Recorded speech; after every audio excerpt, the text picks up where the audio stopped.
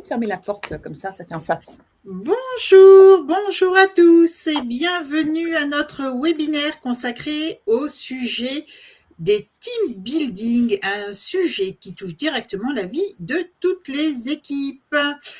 Alors, souvent présenté comme un moment convivial, il est pourtant bien plus que cela, ce satané team building, ou du moins il devrait l'être. Parce que si un collaborateur sur deux considère encore les team building comme anecdotiques ou mal adaptés, à son quotidien professionnel tout au moins, les attentes n'ont jamais été aussi fortes. Et donc, dans un contexte où l'engagement des collaborateurs est sacrément mis à l'épreuve par l'hybridation du travail, la pression sur les performances et parfois même une perte de repères collectifs, cette perte de sens, les temps partagés sont devenus un véritable levier stratégique. Mais alors, comment sortir du fun pour le fun, ce qui est sympa aussi, et concevoir des moments qui laissent une trace durable? Comment créer des expériences collectives qui renforcent l'engagement, la cohésion et la performance, plutôt que de finir relégués au rang, excusez-moi, des souvenirs sympathiques? Et surtout, comment faire en sorte que chaque team building soit utile, aligné avec les enjeux RH et managériaux et contribue vraiment à la fidélisation des talents? Eh bien, c'est tout l'objet de notre webinaire d'aujourd'hui que j'ai le grand plaisir d'animer avec Hélène Brossier-Martiquet, qui est the spécialiste sur le sujet. Hélène, est-ce que tu veux bien te présenter, s'il te plaît? Eh bien, avec plaisir. Merci, Corinne. C'est un peu troublant de ne pas voir les visages des gens. Je n'ai pas l'habitude. J'imagine mon auditoire.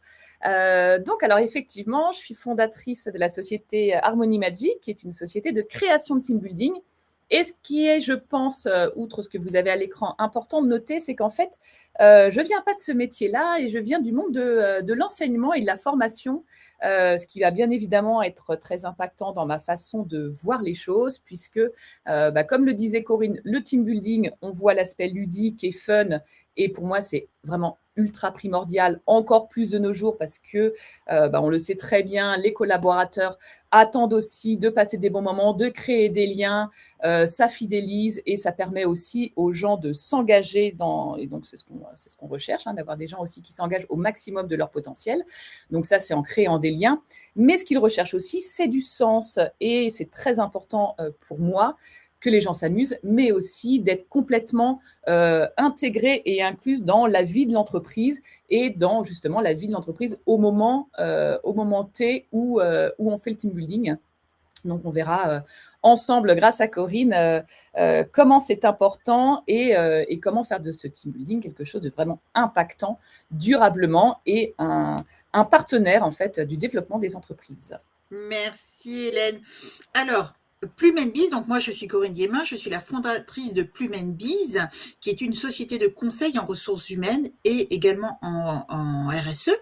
Notre mission, c'est de permettre aux organisations d'améliorer la productivité et la fidélisation de leurs collaborateurs en créant des univers professionnels qui soient plus équitables, épanouissants pour tous, respectueux de chacun et également de notre planète. Donc, ma volonté quand j'ai créé Plume & Biz, c'était de contribuer à repenser le monde professionnel, le monde du travail, en faisant correspondre les besoins et les contraintes des dirigeants avec les attentes des employés. Nos clients sont très variés. On a même des clients, donc nous, on est basé sur la région parisienne, à Paris. On a même des clients à Tourcoing, donc un petit peu éloignés. Ça va de la métallurgie à l'ESN, en passant par des sociétés de conseil. On est également, Plume & Biz est également un organisme de formation certifié Calliope, et je suis consultante pour BPI France. Pour commencer, déjà, je vais vous expliquer pourquoi j'ai vraiment voulu faire ce focus sur les team building. C'est parce que j'ai horreur du gâchis, en règle générale, et j'ai mis en place une méthode qui permet de maîtriser ce gâchis que l'on trouve très souvent dans les entreprises. Et souvent, les team building, eh ben, c'est de l'argent, pas forcément jeté par les fenêtres, parce que ça crée des moments sympathiques, mais tout au moins, ces moments ne sont pas au service de la performance de l'entreprise.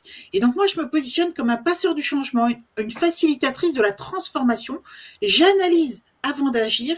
Je mesure les capacités d'amélioration de mes clients avant de leur proposer des plans d'action qui sont très concrets. Et ensuite, j'accompagne mes clients, s'ils le souhaitent bien sûr, dans le déploiement de tout ou partie des actions priorisées. Alors, avant de rentrer vraiment dans le vif du sujet, je vais vous demander de nous indiquer dans le chat les motivations pour lesquelles vous nous rejoignez aujourd'hui. Quelle est votre fonction? Qu'est-ce que vous attendez de nous, d'Hélène et moi aujourd'hui? C'est pas par curiosité, c'est pour mieux servir votre réflexion, mieux répondre à vos enjeux et adapter au final soit nos exemples, soit notre discours à vos attentes. Donc ça, je vous laisse répondre dans le chat à cette question. Et vous allez voir, j'en profite également pour vous dire que vous allez voir, vous avez plusieurs boutons de call to action. La présentation est téléchargeable donc pour les participants et sera téléchargeable à l'issue du webinaire directement sur la page en fait du webinaire. Le replay sera disponible aussi sur la page du webinaire.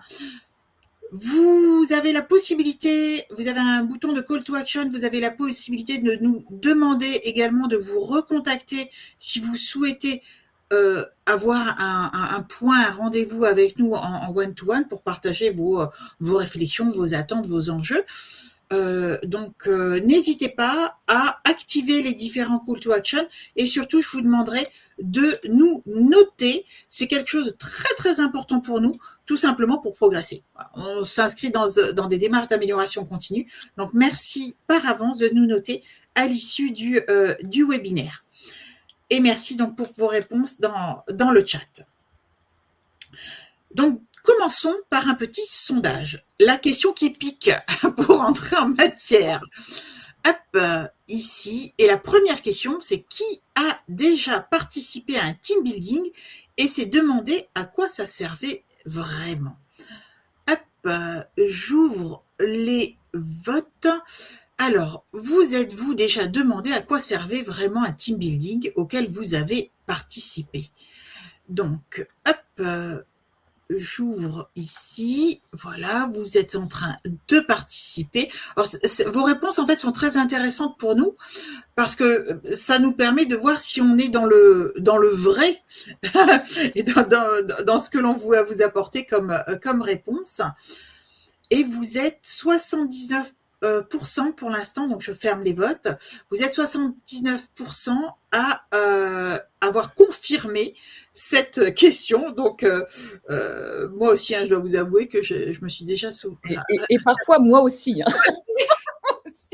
Moi aussi, parfois, on est face à des clients et ça s'est tellement mal organisé en amont, voilà, comme on verra, qu'on se dit, on est là, ils ont dépensé de l'argent et ça servira à rien. C'est ça, mais à quoi ça sert? Qu'est-ce que je fais là, quoi?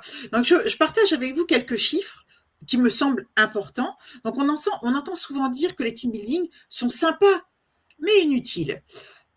Et ce n'est pas qu'une impression. Comme je le disais en introduction, près d'un collaborateur sur deux considère ces moments comme anecdotiques ou mal adaptés à leur quotidien professionnel.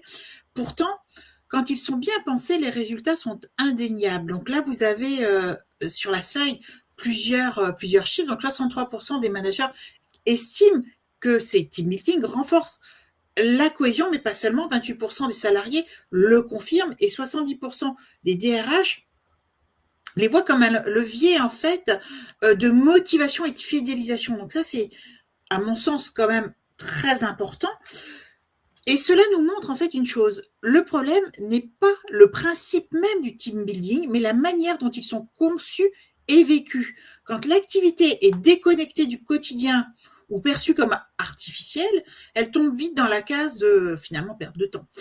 Et quand elle est par opposé, bien aligné avec la culture, les enjeux RH, les besoins des équipes, là, le team building devient un levier puissant de cohésion, de fidélisation, de performance. C'est exactement ce que nous allons explorer ensemble aujourd'hui.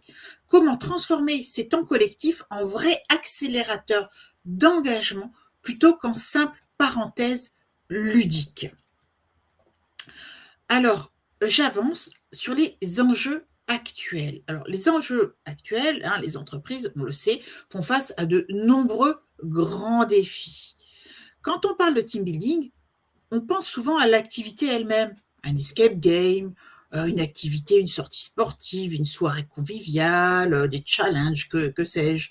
Mais derrière ces moments, il y a une réalité, des vrais enjeux stratégiques pour l'entreprise. Et parmi eux, alors je vous l'ai dit, je les ai pas positionnés sur la slide en premier, deuxième, parce que ça change finalement dans toutes les entreprises.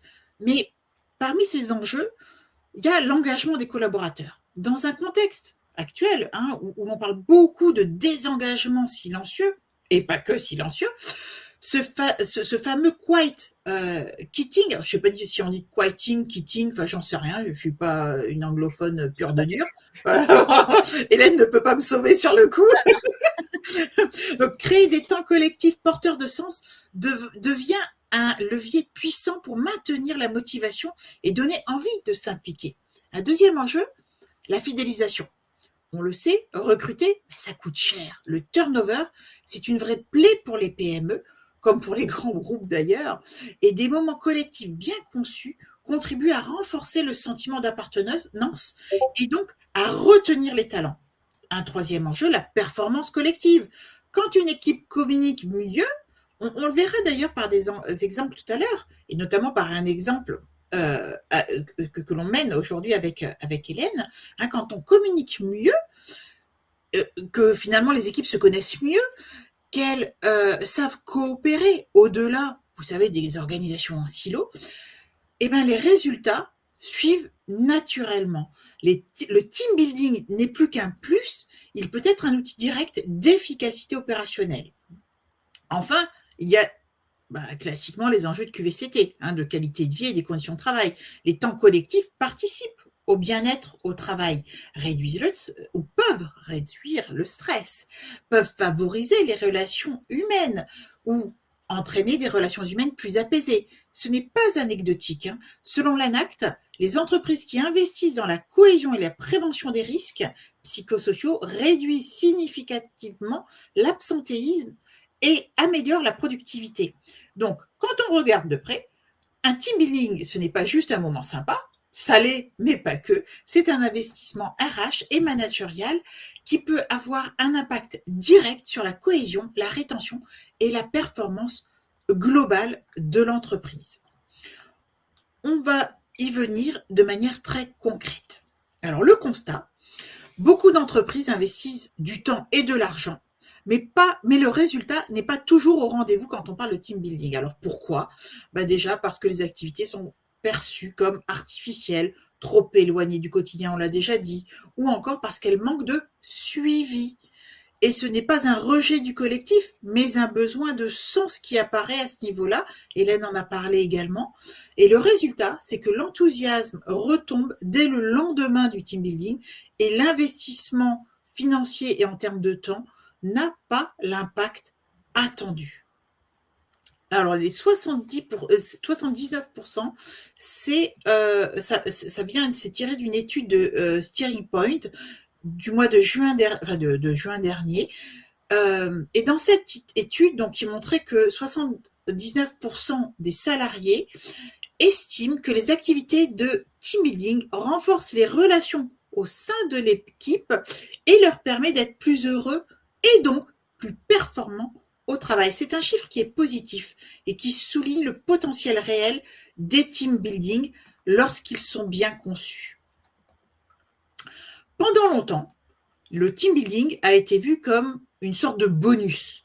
Ça, je me rappelle début des époques là, des startups où ça y allait à tout va dans les team building, on faisait une activité conviviale pour cocher la case cohésion. On organisait une soirée, un escape game, une sortie acrobranche. On se disait que ça allait souder l'équipe, mais très souvent, l'effet faisait flop. Donc à la suite, ou dans les jours ou dans les semaines qui suivaient. Alors pourquoi? Eh ben parce que ce qui manque ou ce qui manquait, ce n'est pas l'activité elle-même, c'est vraiment ce dont on parlait tout à l'heure, le sens. Si l'événement n'est pas connecté à la réalité quotidienne des collaborateurs, finalement, elle est déconnectée et parfois même, elle est ressentie comme infantilisante. Ça, moi, j'ai déjà eu, en tant que DRH, dans mon expérience, des collaborateurs qui me disent « Non, mais moi, les team building, je veux pas, quoi. Ça nous infantilise, on se sent bêtifié, enfin, j'ai pas envie, quoi. » Et ça devient compliqué, finalement, l'idée de team building. Et on entend souvent, enfin, moi, j'ai souvent entendu la fameuse phrase « Ouais, c'est sympa, mais franchement, ça change rien, quoi. » Alors aujourd'hui, ce modèle ne fonctionne plus. Pourquoi? Parce que les collaborateurs attendent des expériences utiles et alignées avec les enjeux de leur fonction, de leur travail. Ils veulent que les temps collectifs aient un impact concret sur leur quotidien. Ensuite, parce que les entreprises n'ont plus les moyens ni financiers ni humains d'investir dans des événements qui n'ont pas de réel retour sur l'engagement ou la performance. Chaque euro dépensé doit être justifiable. Enfin, parce que les défis actuels, télétravail, hybridation, quête de sens, demandent des réponses plus profondes que de simples activités fun. Et ça, vous allez le voir, Hélène va vraiment nous expliquer, vous donner les clés de la réussite de ces moments collectifs, de ces moments de partage. Alors, parmi les attentes des collaborateurs, nous retrouvons l'authentique, pas de mise en scène forcée, l'utile, quelque chose qui apporte des clés pour mieux travailler ensemble, des moments qui soient durables, dont les bénéfices se ressentent sur le long terme, bref, des expériences qui renforcent à la fois le lien humain et le projet collectif. Ce matin, je lisais un article dans Le Monde très intéressant sur les éditions Lefebvre Dalloz qui, depuis 2018, ont vraiment des difficultés, notamment au niveau du management et de l'humain. Et en fait, parmi les discours, parmi les actions mises en place, il y avait justement tout un tas d'actions de team building et en fait, il était bien mis en avant que ça servait strictement à rien dans un contexte sorti des problématiques du quotidien. Et c'est vraiment dommage parce que là, on est vraiment dans le gâchis. Et je vous rappelle que moi, j'aime vraiment pas ce satané gâchis. Alors, un petit sondage. C'est le deuxième et le dernier. D'après vous, quelle est l'erreur la plus fréquente quand on fait un team building? Alors, je vous ai proposé des réponses. Vous avez possibilité de choisir plusieurs réponses. Je vous laisse, donc c'est dans vous savez, c'est dans le bouton d'interaction des sondages. Je vois pas si ça y est. Vous êtes en train de partager vos ressentis.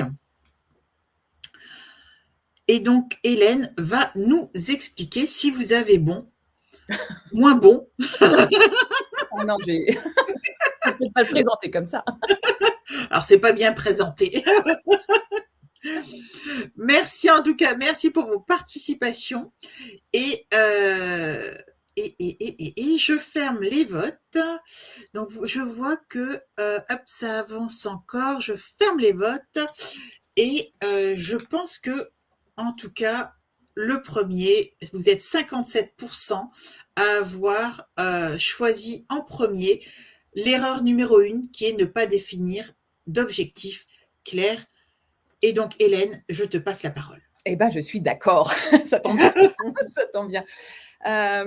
Alors, et j'irais même un peu plus, j'élargirais un tout petit peu le sujet, c'est-à-dire que non seulement les objectifs, mais c'est tout le avant le team building. En fait, le team building, c'est un avant, un pendant et un après. Et souvent, c'est le avant qui est négligé.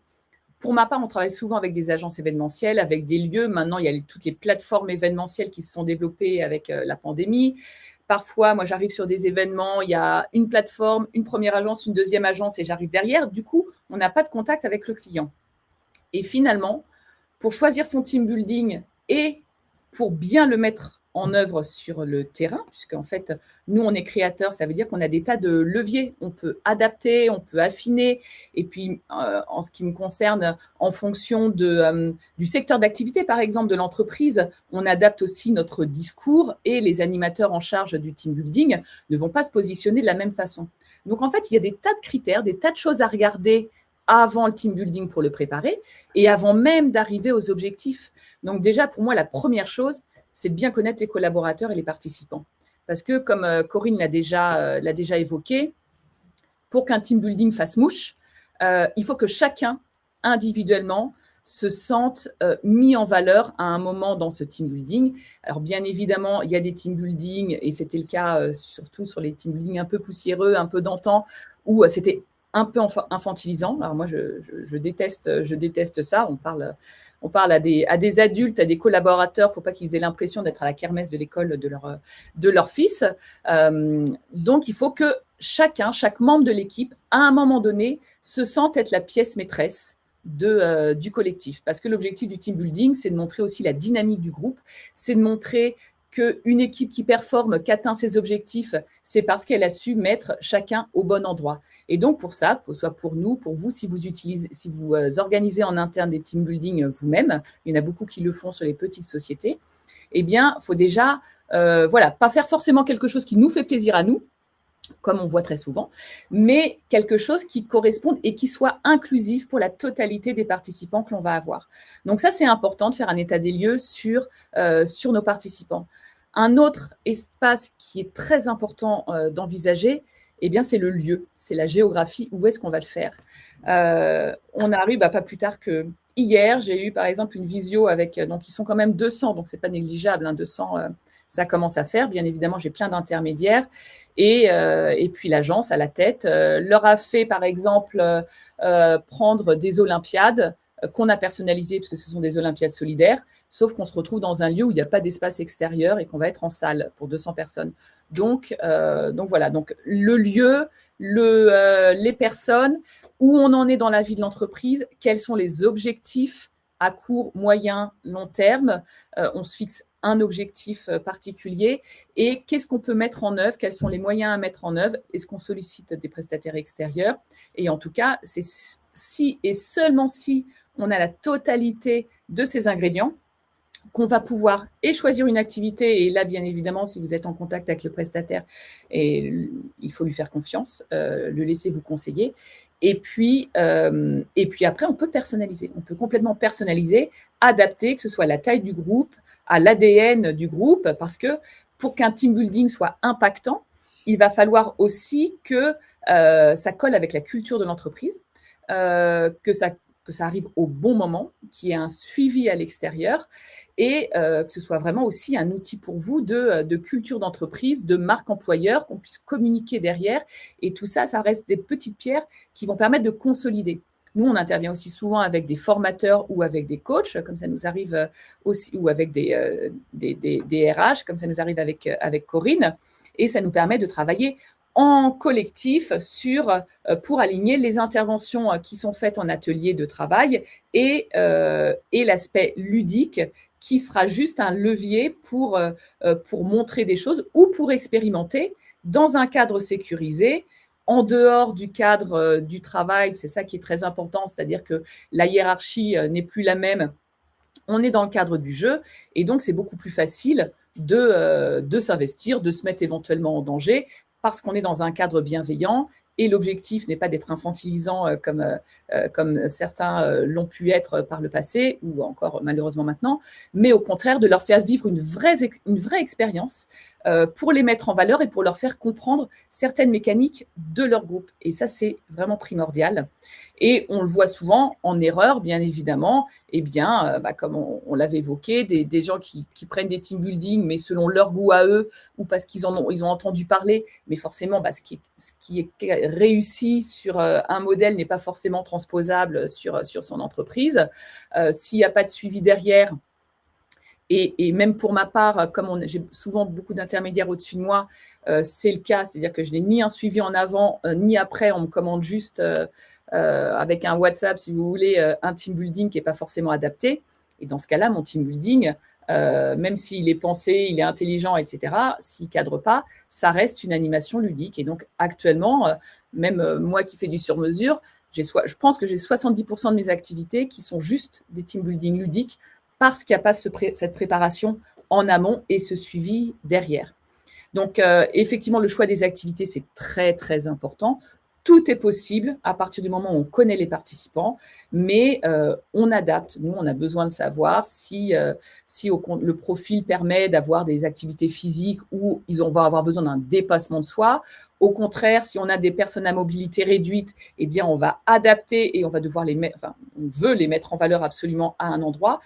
Et bien évidemment, tout ce qui est stratégie d'entreprise, c'est important. Les collaborateurs sont conscients qu'un team building, c'est un investissement. Et parfois, ça peut même être contre-productif. Sur une entreprise, par exemple, qui va mal, qui a des difficultés, les collaborateurs sont au courant que la société a des difficultés. Si en plus, il y a un investissement dans un team building qui est complètement décorrélé de la réalité ou non qualitatif, c'est même contre-productif parce que les collaborateurs ont l'impression que la hiérarchie jette l'argent par les fenêtres et il y a une dissonance dans le discours qui leur est fait au quotidien. Donc ça, c'est vraiment très important. Et nous, notre particularité, en tout cas chez Harmony Magic, ce qu'on essaye de faire, c'est d'être le plus immersif possible. Et donc, on soigne énormément les décors. Donc, toute l'expérience, donc ça passe par les visuels. Donc, tous les décors, les costumes, les objets, on accorde un grand soin pour faire vivre une expérience parce qu'en faisant vivre une expérience, on partage des émotions.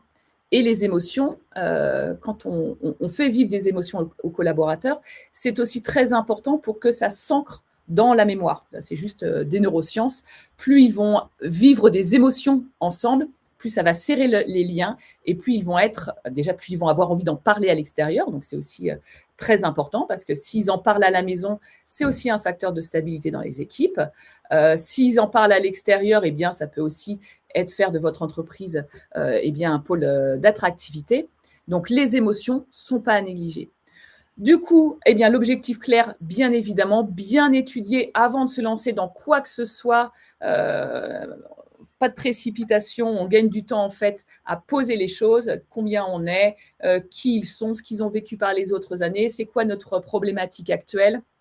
On veut à 100% que tout le monde soit concerné, que tout le monde s'amuse à un moment, que tout le monde soit la pièce maîtresse de son équipe. Donc, on écoute chaque collaborateur et ce n'est pas juste nous qui choisissons.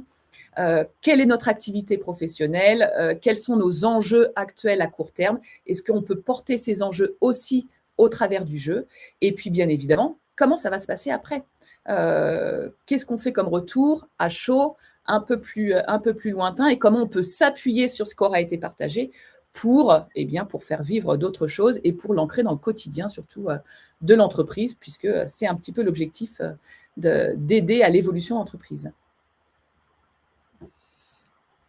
Alors, les ateliers possibles. Alors, il y en a des tas, et donc ça va dépendre de vous, ça va dépendre des profils, ça va dépendre des âges, ça va dépendre du sexe, ça va dépendre des appétences de chacun. Donc, je pense qu'il faut être très ouvert. Il y a de plus en plus d'entreprises qui proposent aussi des sondages pour voir aussi ce dont les gens ont envie. Ce qui me semble important aussi, c'est de varier. De varier, soit au fil de l'année, si vous faites plusieurs petits événements, soit de surprendre, parce que la surprise, c'est aussi quelque chose d'important. Dites-vous que le team building, c'est aussi votre image. Et donc, pour moi, le soin apporté au choix du team building et à la qualité du team building, ça révèle aussi l'engagement que vous avez, le soin que vous avez pour vos collaborateurs. Donc, pour moi, c'est vraiment très important. l'atelier créatif, pour moi, il est toujours très, très formateur parce que souvent, on fait des conceptions communes et c'est une trace vivante. Moi, j'aime bien quand il y a des traces qui restent de ce qu'on a fait ensemble. C'est une trace vivante du pouvoir du collectif. Voilà, ensemble, on a réussi à faire ça. Il n'y a personne qui sait faire de la musique et on a réussi à faire une batucada. Il n'y a personne qui est peintre et pourtant, on a fait une fresque collective. Et c'est quelque chose sur laquelle on peut communiquer. Il y a vraiment un vrai sentiment de fierté à avoir produit quelque chose ensemble. Bien évidemment, en ce moment, tout ce qui est RSE, donc c'est soit écologie, soit les éco-gestes, même dans l'entreprise, allié bien évidemment à la cohésion, tout ce qui est engagement solidaire, c'est effectivement très important pour l'entreprise parce qu'en plus, ça sert son image et c'est très porteur de sens. Voilà, donc c'est vraiment... ça coule de source pour les entreprises de rentrer dans ce type de pratique. Tout ce qui est serious game, donc nous on fait beaucoup, comme je vous ai dit, comme on scénarise et que je ne travaille qu'avec des comédiens, donc tout ce qui est murder party, tout ce qui est escape game, les Koh-Lanta, donc là on lance des Squid Game, etc. Donc tous ces événements scénarisés, portés par des comédiens, ça fonctionne extrêmement bien parce qu'ils ont vraiment l'impression de vivre d'être plongé dans un univers et de vivre des challenges très forts où il y a beaucoup d'émotions. Souvent, on fait aussi des captations visuelles, des photos où on les voit rire, se taper dans la main, se prendre dans les bras. Et ça, mine de rien, c'est des choses avec lesquelles on repart et c'est des choses précieuses à avoir dans l'entreprise. Ça crée des liens, on peut se les évoquer. Je sais qu'ils en parlent beaucoup tout au long de l'année et ça permet de communiquer aussi autrement parce qu'on a appris à communiquer et à négocier et à positionner la parole sur le team building.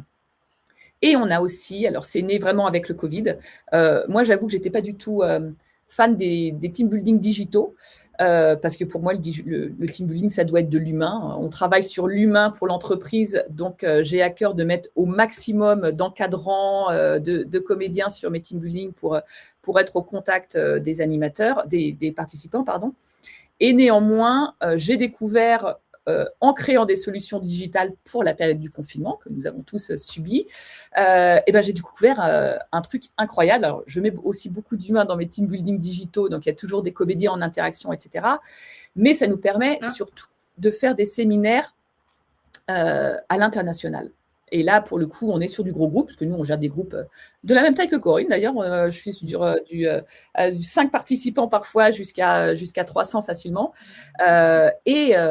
Et là, on peut faire des team building digitaux avec des gens en Amérique du Sud, des gens en Asie. Et c'est incroyable quand on a une entreprise qui est un peu délocalisée de pouvoir échanger de façon ludique et du coup à moindre coût, puisqu'on est tout en digital. Et ça, c'est très précieux. Et en tout cas, c'est une possibilité. Une possibilité aussi pour les entreprises. Et il y en a bien évidemment plein d'autres. Et c'est vraiment à la demande du client. Toutes les idées sont bonnes à prendre. Merci beaucoup, Hélène. Et donc, on continue avec les temps collectifs ne sont donc pas, vous l'avez compris, qu'une parenthèse sympa. Ils contribuent directement à la qualité de vie et des conditions de travail. Donc, on passe maintenant à relier les team building avec la QVCT. Alors, pourquoi on fait ce lien? Eh bien, parce que on l'a observé, mesuré, les team building, finalement, favorisent la prévention des risques psychosociaux, renforcent le sentiment de reconnaissance, quand ils sont bien préparés, évidemment, et participent à la santé globale de tous les membres des équipes. Alors, quand on parle de team building, et qu'on pense donc aux activités sympas, en fait, c'est pas que sympa, hein, et c'est vraiment, il faut vraiment relier ces temps collectifs où on sort du cadre habituel à la QVCT. Pourquoi? Eh bien, parce que cette QVCT, c'est pas comme on le voyait précédemment là sur début 2010, 2010-2015, hein, c'est pas uniquement des baby-foot et des salles de sieste ou des bulles de sieste, c'est vraiment tout ce qui va permettre aux collaborateurs de bien travailler ensemble sur la durée. Donc, on va travailler la communication, la coopération, la confiance, la prévention également peut-être des risques psychosociaux quand c'est pertinent. C'est pas toujours pertinent, hein, attention, hein, faut pas prendre pour argent comptant, mais l'idée, c'est vraiment de travailler ce que l'on a besoin de travailler au sein de l'équipe. J'ai vu que Marine nous disait qu'elle était RH donc d'un groupe de 4 magasins. Eh bien là, c'est une problématique particulière pour construire une cohésion de groupe entre ceux qui sont en magasin et ceux qui ne sont pas en magasin. Et donc, moi, je ne suis pas une pro des team building, mais ça, je pense que Hélène pourra évoquer. C'est développer le sentiment d'appartenance à une marque, à un groupe, indépendamment du magasin. Donc là, effectivement, il y a vraiment une stratégie à avoir, ne serait-ce que dans la composition des équipes, le choix du team building, bien évidemment, la composition des équipes pour décloisonner et faire en sorte qu'il y ait vraiment ce gros sentiment d'appartenance qui naît. Et c'est effectivement une grosse fonction du team building. On est souvent sollicité pour tout ce qui est les valeurs de l'entreprise, les valeurs de la marque, et puis développer ce sentiment d'appartenance pour fidéliser, et puis pour avoir aussi ce sentiment de fierté. Oui. En fait, il faut vraiment penser le team building comme un laboratoire grandeur nature. On y teste la collaboration en dehors des tensions du quotidien. On y renforce la confiance en mettant les gens dans des situations différentes. On y nourrit le sentiment d'appartenance en donnant une expérience commune qui relie les individus. Et surtout, ces temps collectifs peuvent être conçus comme de véritables leviers de prévention. Ils participent à réduire l'isolement. On est souvent dans des cas d'isolement dans les entreprises, volontaires ou pas. Ils vont participer à fluidifier la communication, à désamorcer parfois certains conflits et à améliorer la santé mentale et, in fine, la productivité. Donc, en résumé, un team building relié à la QVCT, c'est un investissement doublement gagnant parce qu'il va créer du lien et contribuer directement à la performance durable de l'organisation. Alors maintenant, si on relie team building et stratégie RH, on a souvent tendance à mettre le team building dans la case événementiel. Événements ponctuels, coûteux, sympas, mais périphériques. En réalité, si on veut que ça ait un impact durable, il faut l'intégrer directement dans la stratégie RH de l'entreprise. Pourquoi ? Parce que chaque activité collective peut devenir un levier stratégique si elle est reliée aux priorités RH. Recrutement et intégration. Un team building pensé dès l'onboarding aide un nouveau collaborateur, par exemple, à trouver plus vite sa place dans l'équipe et donc à être performant et donc plus rentable pour l'entreprise plus rapidement. Dans les stratégies RH, on veut mettre la priorité sur le développement des compétences. Certains formats de team building vont permettre de travailler la communication, la créativité, la résolution de problèmes, vont permettre de développer des soft skills clés pour l'avenir de l'organisation. Si on veut travailler la fidélisation et l'engagement, on va aller chercher d'autres formats de team building qui soient pertinents, qui vont créer des moments forts, qui vont permettre de nourrir le sentiment d'appartenance et de valoriser à nouveau la reconnaissance.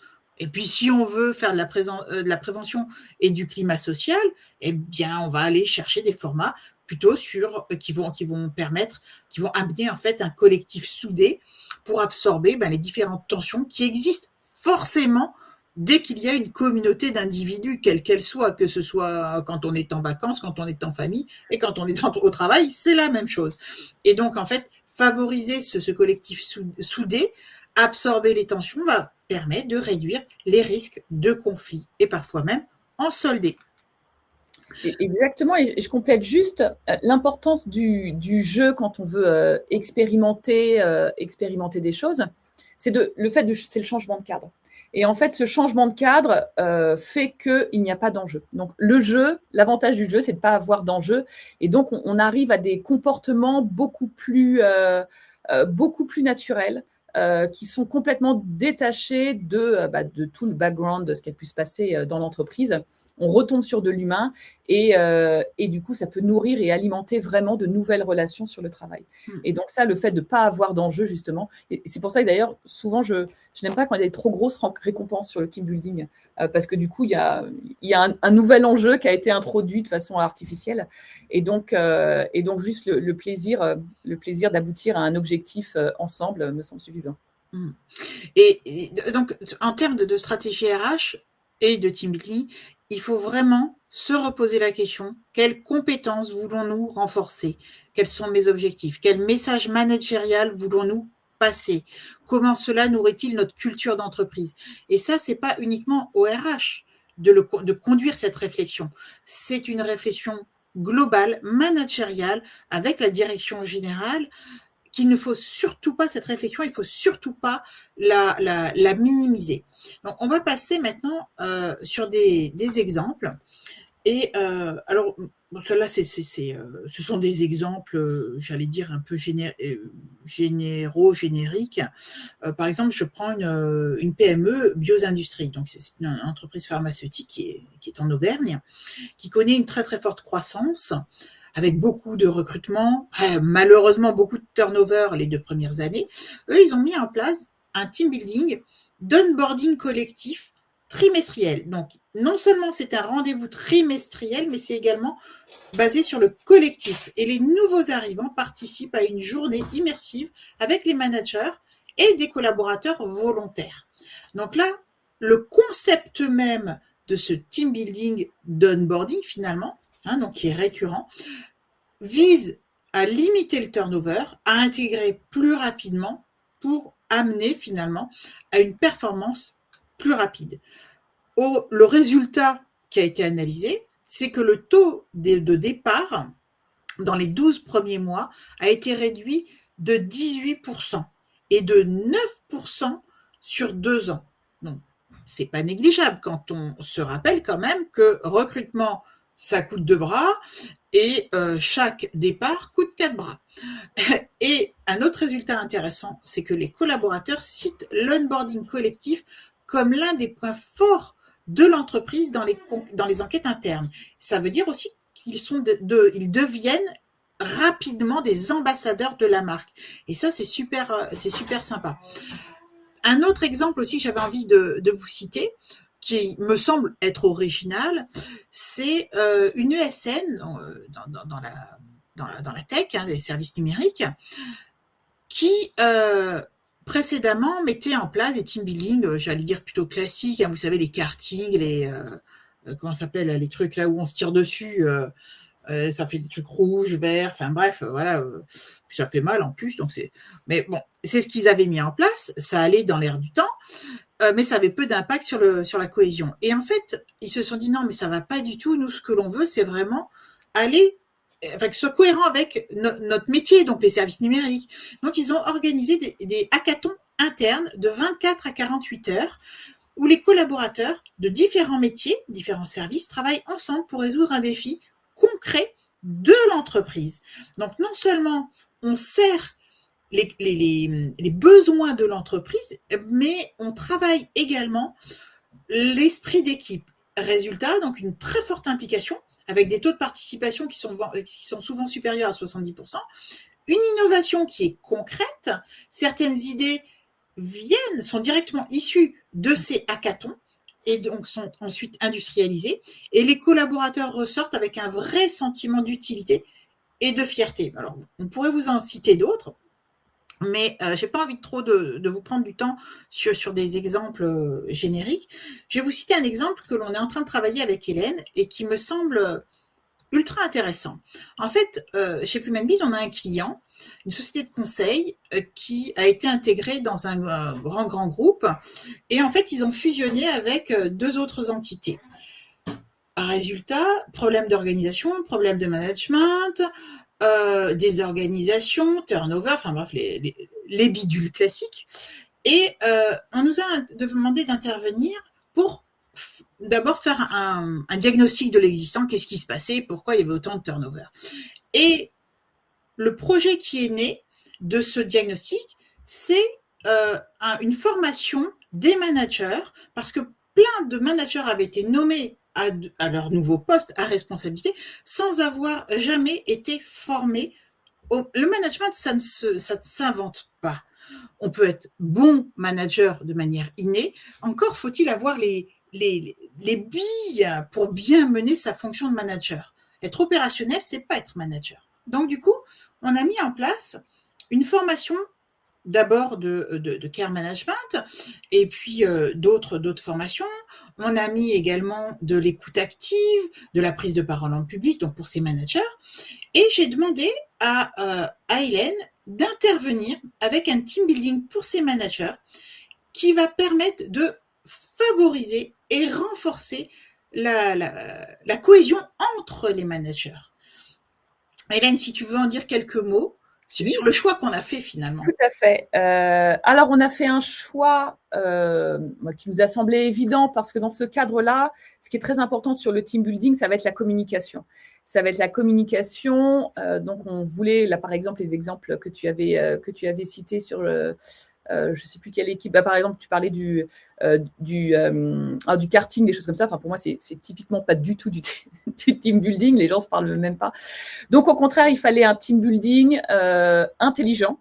On est sur des managers, il fallait que ce soit intelligent, qu'ils prennent du plaisir, mais aussi qu'ils échangent énormément et qu'ils apprennent à travailler ensemble, à développer des stratégies ensemble. Et donc, on va leur proposer une murder party. Donc, c'est comme un Cluedo géant. Donc, le but est clairement identifié, il va y avoir un cadavre. Donc forcément, ils savent tout de suite, ils vont avoir 2 heures pour résoudre l'enquête. Tous les suspects potentiels vont être des comédiens. On a un commissaire de police, un laboratoire d'enquête, etc. Ils vont pouvoir faire des relevés d'empreintes, croiser des indices. On est plongé dans une page de l'histoire française. Donc c'est très intelligent, comme... ça fait bizarre de me dire ça, je me dis, non mais c'est très intelligent dans le sens où l'histoire est très bien ficelée. Donc, on découvre, on apprend des choses.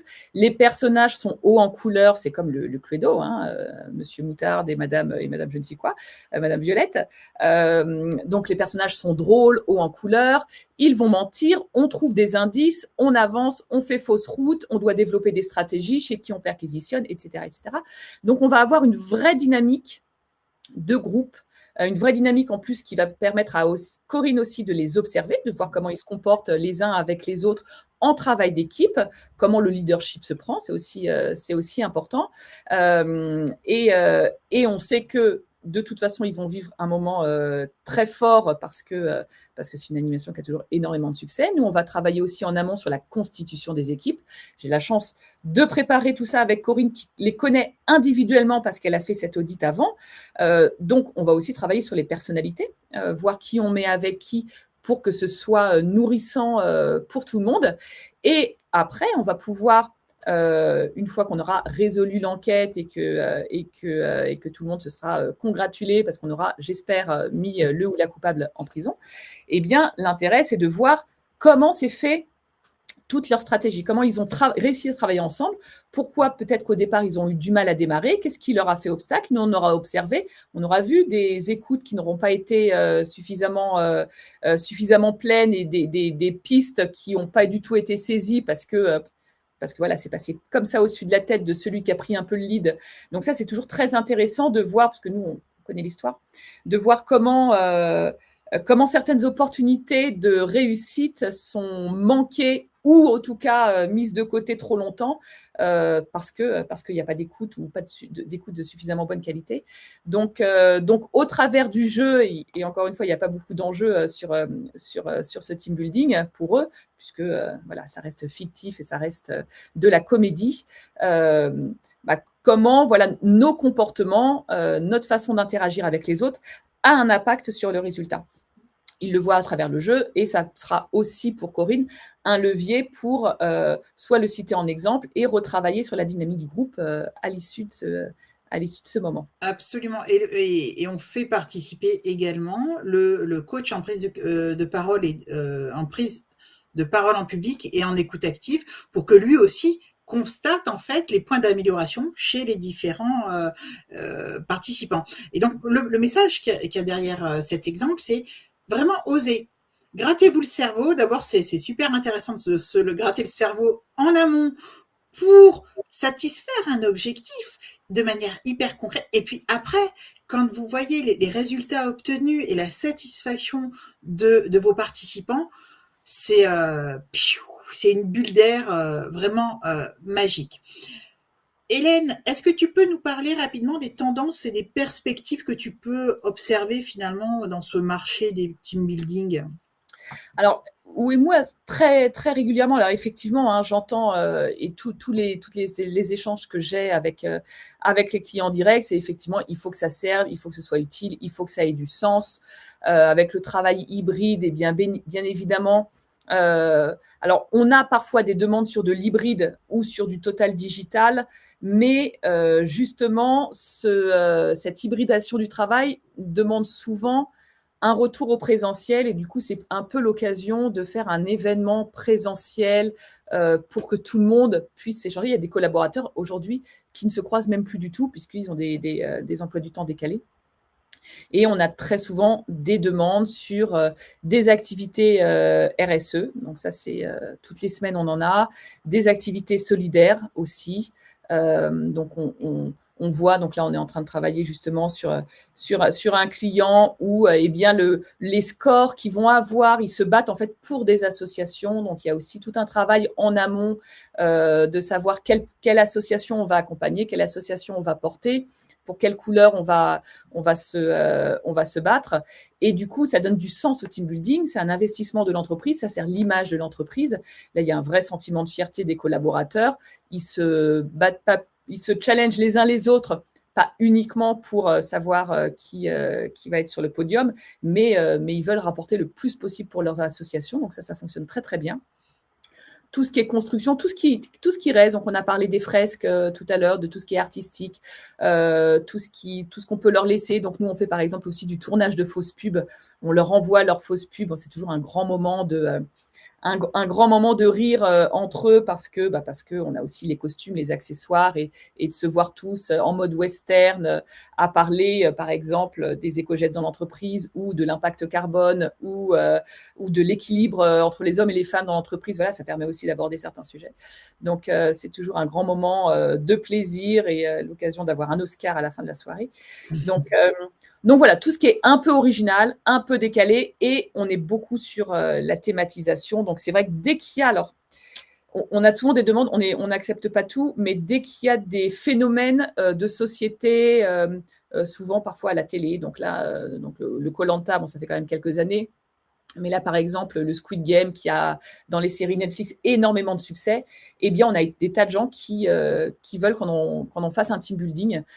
Donc là, après, nous, on a un gros travail pour savoir comment faire quelque chose d'intelligent. On a une thématique, c'est juste un décorum, en fait. Donc, très, très souvent, on est sollicité pour avoir un côté moderne, parce qu'on voit dans le chat très souvent, on nous dit comment faire autrement.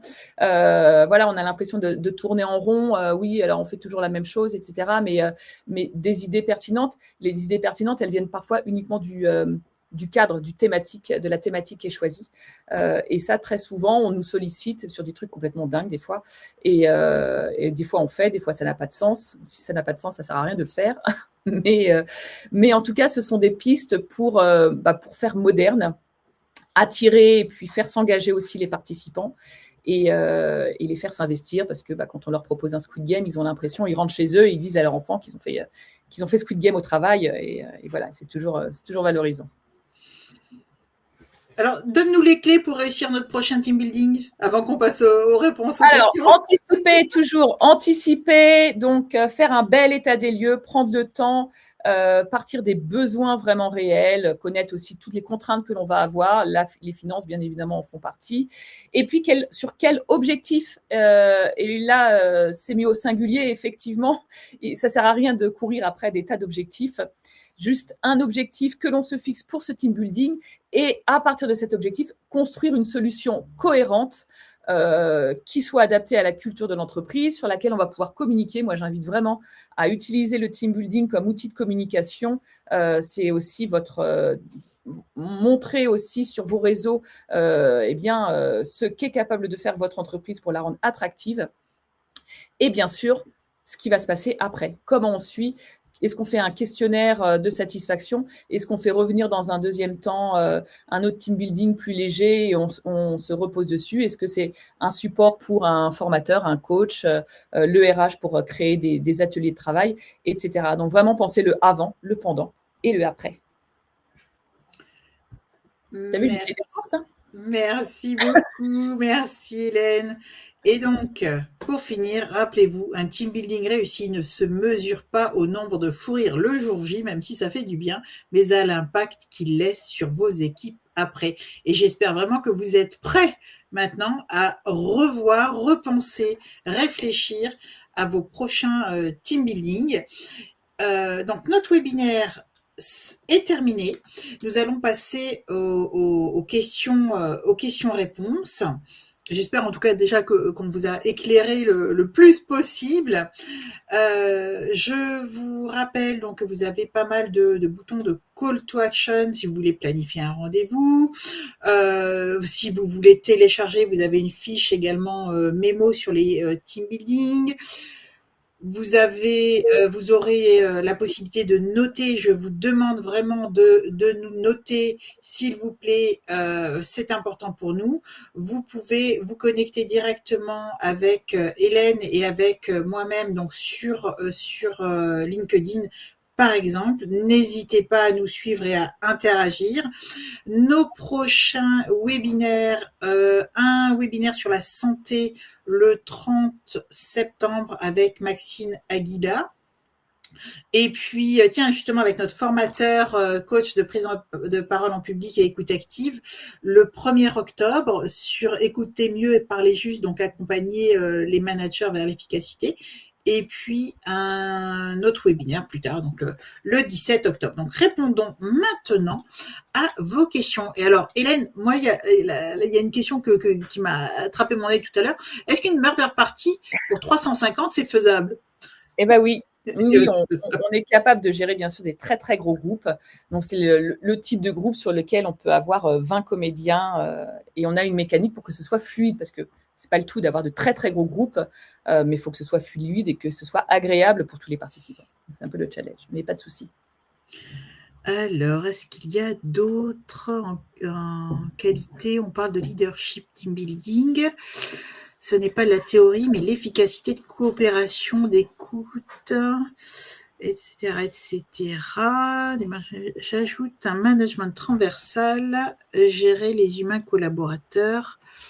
Ça, c'était Mostafa qui nous faisait part de sa réflexion. Je vois pas spécial. Ah, peut-être. Qu'est-ce qui définit le plus votre sentiment de réussite au travail? Alors, je ne sais pas si la question est pour... Oui, je ne sais pas à qui... Oui. Qu'est-ce qui définit le plus le sentiment de réussite au travail, David? Je ne sais pas à qui David s'adresse. Tu veux répondre? Ton avis, Hélène, à toi même personnellement. Moi, pour ma boîte. Oui.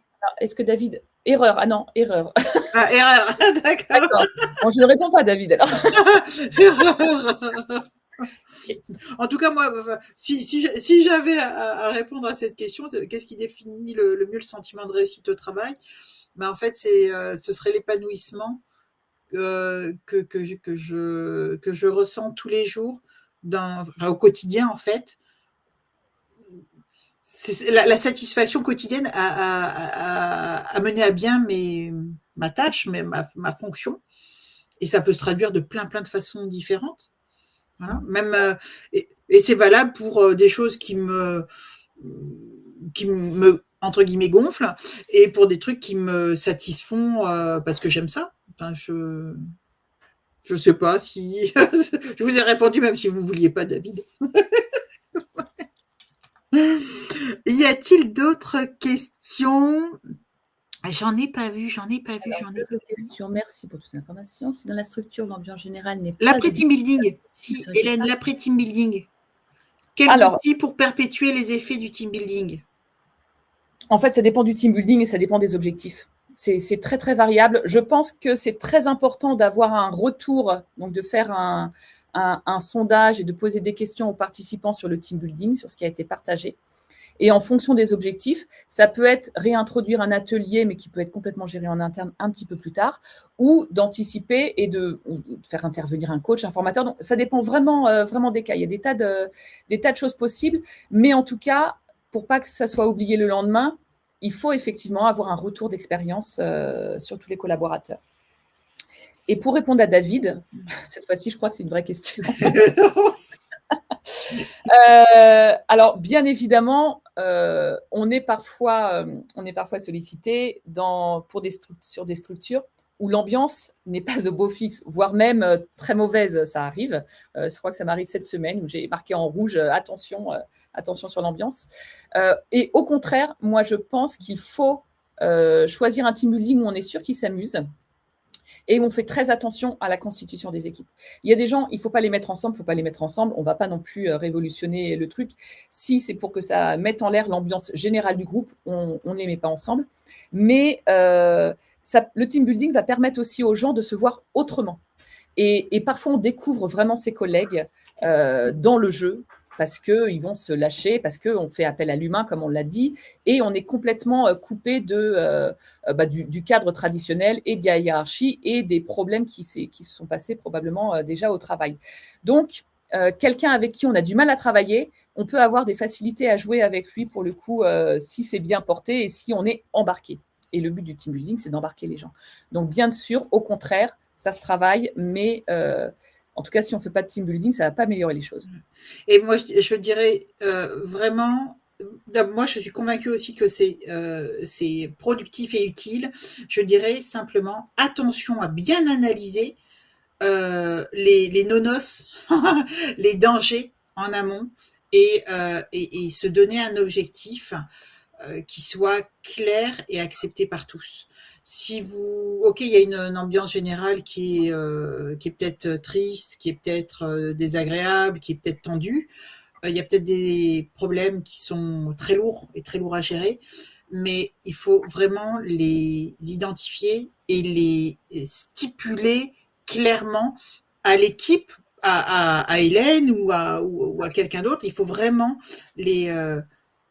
que le diagnostic de ces problèmes-là soit vraiment clairement partagé pour pouvoir les surmonter et faire que le team building devienne quelque chose de productif et de positif. Écoutez, je ne vois pas d'autres questions.